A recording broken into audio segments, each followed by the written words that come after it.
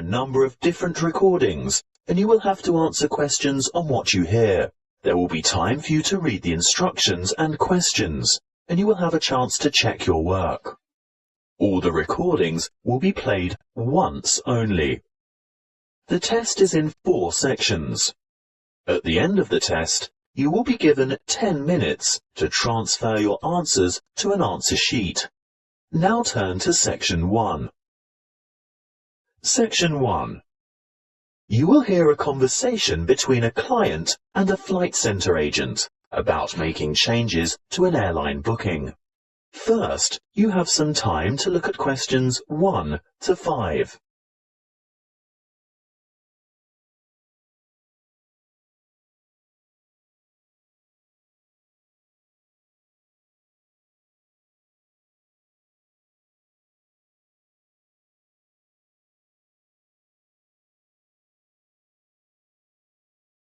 You will see that there is an example that has been done for you.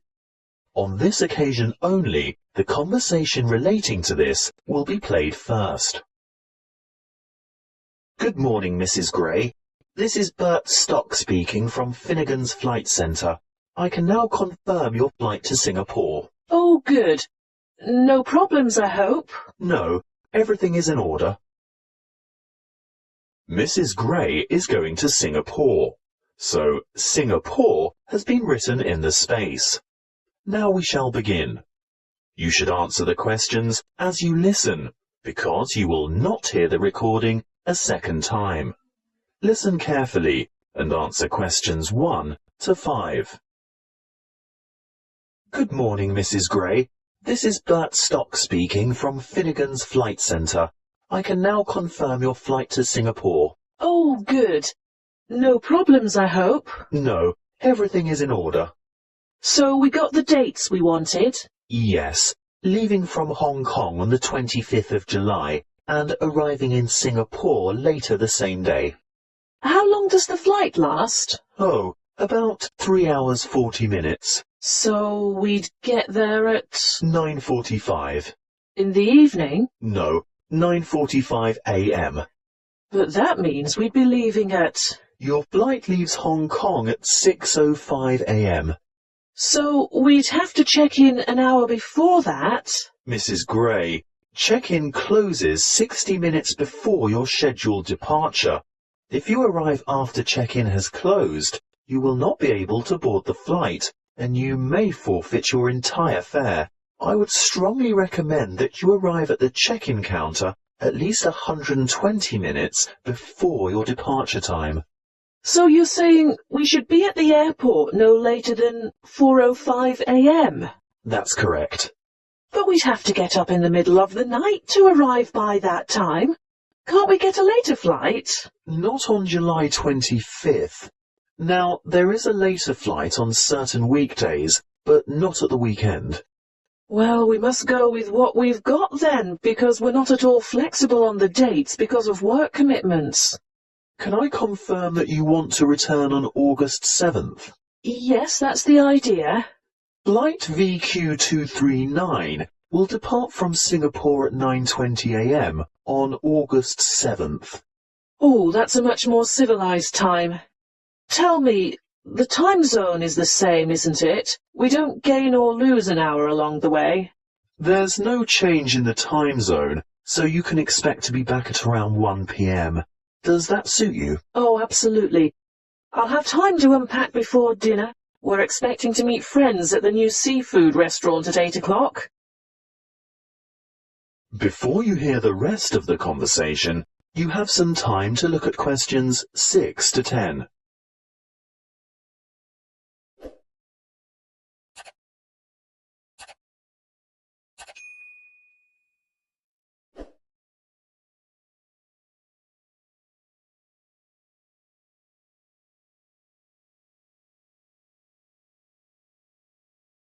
Now listen and answer questions 6 to 10. Mrs. Gray, I'll send you all these details by an email or letter of confirmation. Which do you prefer? Well, email is faster, but we've been having difficulties with our internet connection. So If you could post it out, I'd appreciate that. Now, just one or two other things to check before final confirmation. You're booked on a Lifelight ticket. What does that mean exactly? Well, you'll only have carry-on baggage. Is that right? Oh yes, that was the original idea. It's so much quicker not having to wait around at the luggage carousel, but... Yes? Can you remind me of the allowance again?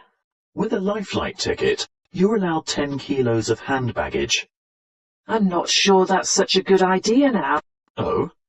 Well, apparently we're going to have to attend quite a few formal functions while we're away, so I think I'm going to need a real suitcase to fit the extra clothes and shoes in. Well, that's not a problem. I can upgrade you to the next level and change your ticket to Easy Flight. There will be an extra charge, of course. How much?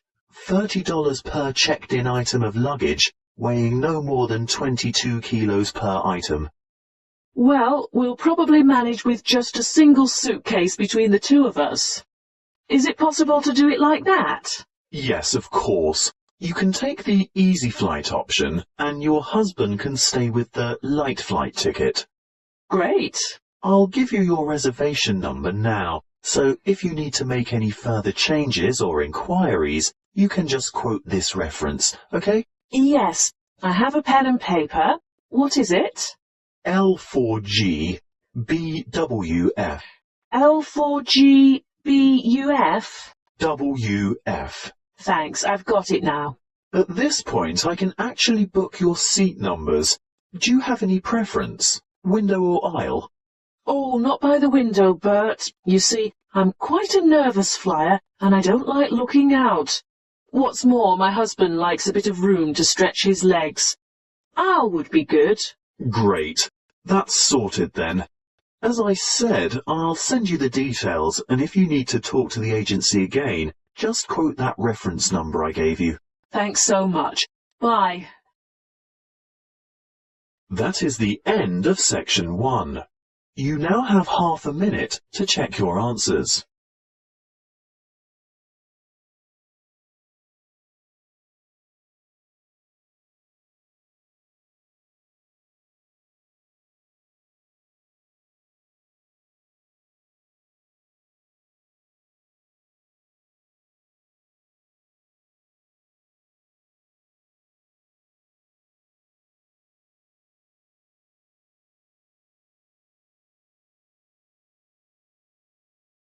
Now turn to section 2.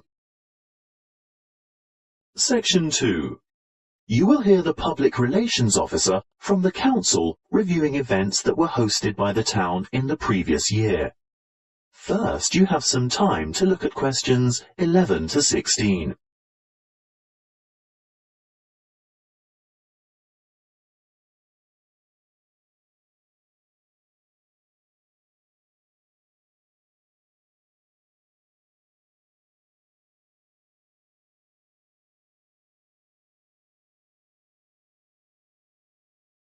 Listen carefully and answer questions 11 to 16. Kingstown has been a busy town this year, with some high-profile and new events happening in and around the area. In January, we hosted the National Kayak Selections, and this competition attracted a number of well-known paddlers, not just from this country, but from Canada, Ireland, England, and Australia. Following this event, we had the nation's top bowls players descend on the township, with the national championships taking place at the Kingstown Bowling Club, attracting well over 400 players. It was a resounding success, as you could see from the numbers thronging the bowling centre in Main Street. February was the month for the seriously social rafting competition, and this was the first time Kingstown had hosted an event of this nature. It attracted 96 paddlers from all walks of life, who enjoyed a great day of fun on the river. After the success of last year's Open Half Marathon event, this year, in March, we hosted a women's-only duathlon, in an attempt to get more women involved in sport. The starting point was at the Kingstown Pool, but an extremely chilly evening saw a huge reduction in the numbers we were expecting. However, approximately 50 participants were not deterred from tackling the event, which for many was the first time, and these hardy contestants went into the first 2.5k run with great enthusiasm. The cycle leg was extremely challenging because it was into a headwind all the way, and the last 5k run was no easier. At this point, I must thank all the volunteers who took time out to help make this event successful, especially the road marshals who did an excellent job. We must also thank the Kingstown Creative Pursuits Society for hosting the wonderful Autumn Festival. The women involved put on a magnificent demonstration of traditional and present-day craft work, ranging from ancient weaving techniques to modern pottery designs and sculpture. These ladies are highly skilled, and they got a good turnout on the day, which, by the way, they are thinking of making a biannual event. So we might have a spring festival on its way. Winter brought with it the annual Kingstown Youth Tournament, which was a huge success, with the allocated team slots filling up fast. Teams consisted of approximately 15 youths, ranging in age from 8 to 18. The teams spent the day on the fields of Prince Park, playing a round-robin touch tournament system. The event, which drew large crowds of the public who cheered and gave lots of support and encouragement for the teams, showcased some outstanding youth talent. Before you hear the rest of the talk, you have some time to look at questions 17 to 20.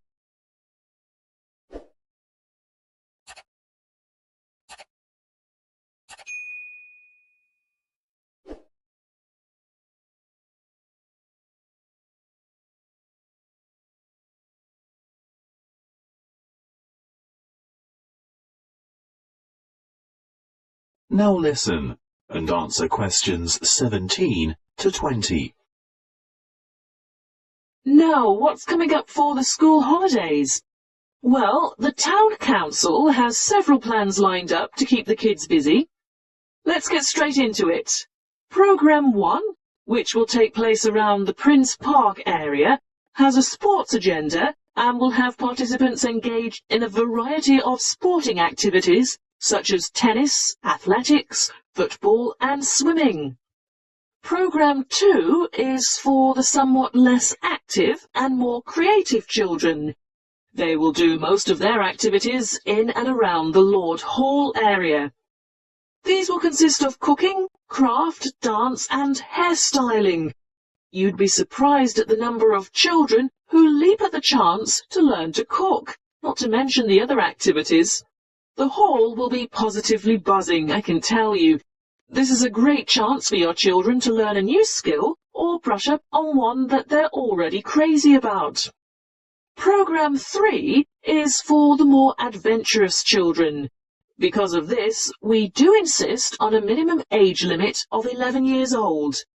The Duke Recreational Area has been set aside for this programme. Expect your youngsters to learn a lot about leadership and teamwork as they accomplish some of their missions. They'll engage in activities such as skateboarding, rafting, orienteering, mountain biking and trekking. Well, thank you for your attention. If you have any questions, please feel free to ask. That is the end of section 2. You now have half a minute to check your answers.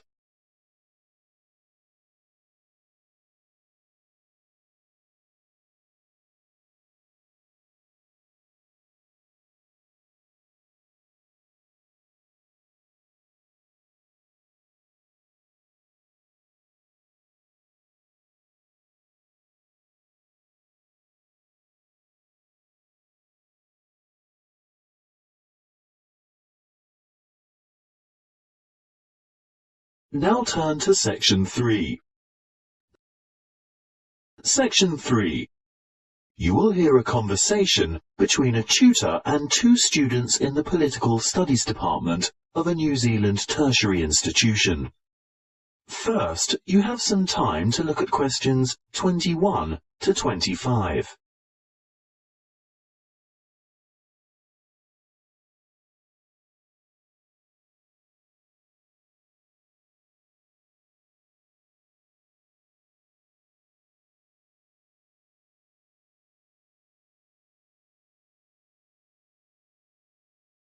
Listen carefully and answer questions 21 to 25. Good morning. Now, you've come to discuss how our Parliament works. Is that right? Yes, it's a bit different from some of the other democracies we've studied, and we're a bit confused. Well, what do you know? We know that the system of government in New Zealand is a constitutional monarchy, but we're not sure how the power is shared or who has ultimate authority. The government is formed from a democratically elected House of Representatives. Is that the same as Parliament? Yes, the House of Representatives is what is commonly called Parliament.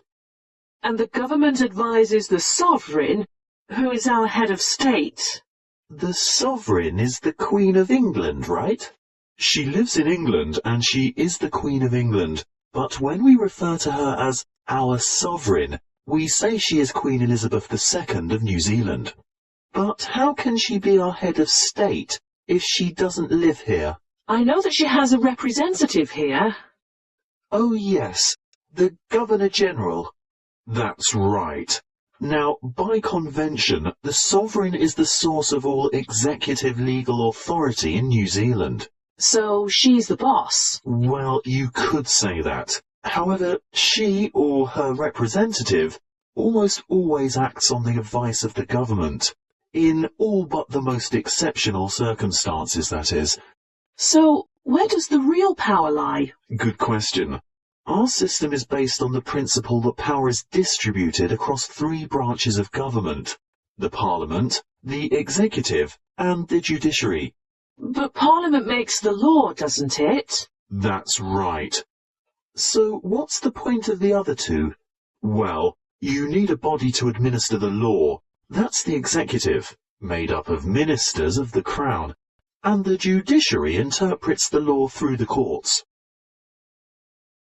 Before you hear the rest of the conversation, you have some time to look at questions 26 to 30.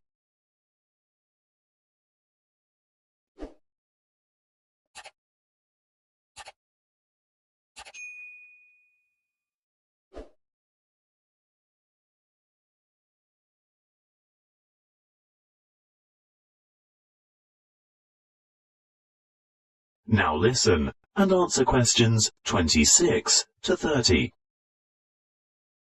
When I'm watching American legal programs on TV, I always hear people talking about the Constitution and how something is unconstitutional. What exactly is a constitution? It's a document outlining the basic laws or principles by which a country is governed. Do we have one? No. This would actually make a good topic for next semester's debate. There's quite a bit of controversy over that particular issue. New Zealand has no single written constitution or any form of law that is higher than the laws passed in Parliament. Okay, I think I've got that. The rules about how our system of government works are all contained in the laws that have been passed by Parliament? Those laws are called Acts of Parliament, but there are also other documents issued under the authority of the Queen and some relevant UK Acts of Parliament. Really? But it's all written down, right? Not exactly. There are several unwritten constitutional conventions as well. I can see why this would make a good topic for debate. Altogether, though, our system is quite simple because our Parliament is unicameral. What does that mean? It means there is just one chamber, the House of Representatives, and there is no upper house. I see.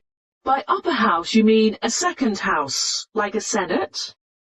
In the American model, yes, but the British have a House of Lords as their upper house, don't they?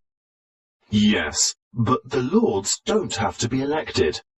But we have elections every 3 years to elect our people's representatives. Yes, and the electoral system is called proportional representation. A lot of democracies have quite different voting systems. Why is ours called MMP? That stands for Mixed Member Proportional Representation. So that's why each elector has 2 votes. Exactly. One for a local Member of Parliament for the particular electoral district you live in, and one for a preferred political party.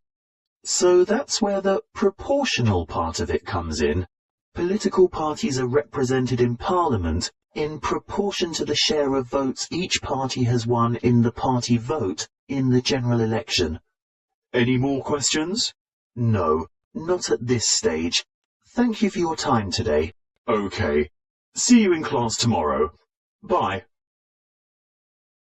That is the end of section 3. You now have half a minute to check your answers.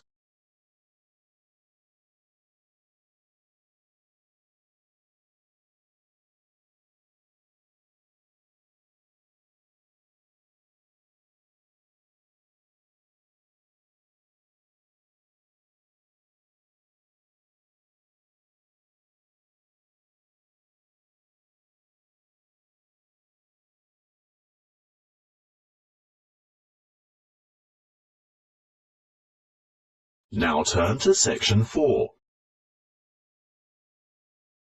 Section 4. You will hear a talk given by an ethics professor on cheating.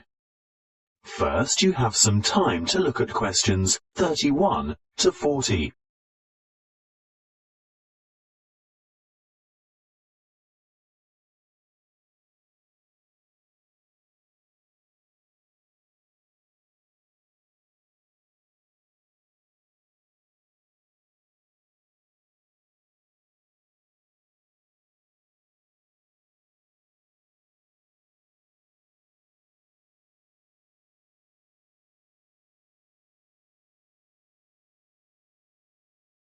Listen carefully and answer questions 31 to 40. First of all, I would like to thank you for enrolling in this optional ethics course. For some time now, I've been pushing to have it made compulsory for all first-year university students, and you'll soon see why. Today's topic is cheating. For as long as there have been tests, assignments and examinations, there has been cheating of some form or another. How do we define cheating? Well, quite simply, some say it's a violation of the regulations. But what is that set of laws? Who composed them? And are they reasonable? Interestingly, a survey of Year 7 to 12 students last year showed that over a third of them cheated by cell phone during a test. Some by texting answers, and a much smaller percentage by searching the internet. Over half, yes, over half of the survey's participants admitted to cheating of some kind. But, and this is the thing, many of the students didn't even acknowledge web-based cheating as cheating at all. Most thought that phone cheating or downloading a paper off the net was nothing other than a minor offence. So what's the implication? If it's not a serious offence, is it acceptable? We live in a digital age where learning is all about sharing information. And, let's face it, students today have seen so many instances of music, videos, images and text copied online without rightful recognition given as to their origin that I'm not sure whether you even fully understand the concept of plagiarism. But we can't blame the digital age alone. I know that ours is a high-stakes education system. By that I mean there is a great deal to be won or lost by a good or bad grade. If we scrutinize the system, we may well affirm that cheating isn't really dishonest. It's merely a survival skill. For many teachers and students, it's the product that counts, not the process. By process, I mean the way it is produced. You see, when learning becomes nothing more than information sharing, Knowledge or data aren't figured out and understood, they're just retrieved and passed on. How much is actually absorbed? When we discuss cheating, we must look at the educational environment as well as the morality, or lack of it. Researchers have found that environments conducive to cheating are those where the focus is wrong. Sometimes instructors have no meaningful relationship with their students, perhaps due to overcrowded classrooms and lecture halls or individual personalities. Secondly, students who cheat are most often the ones who think the task is pointless or the amount of work is overwhelming. If the classroom is a place where learning is genuinely engaging and the emphasis is on openly exploring ideas, there would be no necessity for cheating. A third, and very important point, is that grades and marks matter more to some students than what they're doing. And lastly, achievement is taken to mean outperforming others, and these competitive practices encourage cheating. Anyway, I fail to see the value in working alone and cramming information into short-term memory. Real collaboration and cooperation puts the focus on thinking rather than on memorizing. I have to say that it's the actions of teachers, classroom organization and cultural background that have as much to do with cheating as individual student behavior. Of course, some students cheat by plagiarizing or copying because they simply don't understand the material, nor do they have any confidence in their writing skills. But I think the majority of students end up plagiarizing because they just don't know how to cite sources correctly, or how to sum up others' ideas in their own words. These reasons have remained the same for centuries. It's really just that the digital age has made it easier. But remember, teachers use technology to spot plagiarism too, so it's also very much easier for them. First-year students should have to complete a compulsory writing skills course, where the rudiments of proper referencing and summarizing are taught.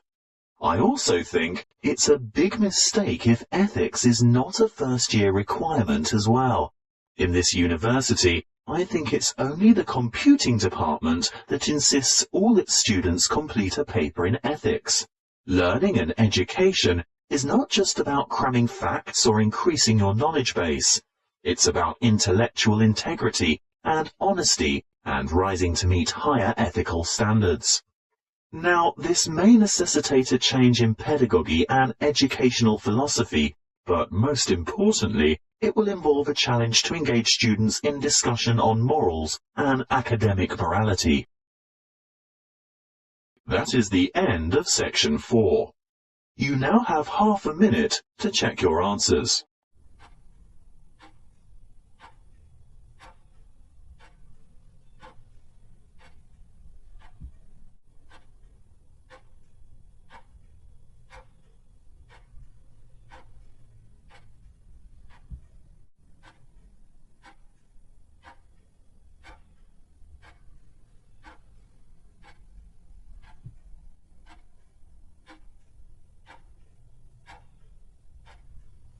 That is the end of the listening test. You now have 10 minutes to transfer your answers to the listening answer sheet.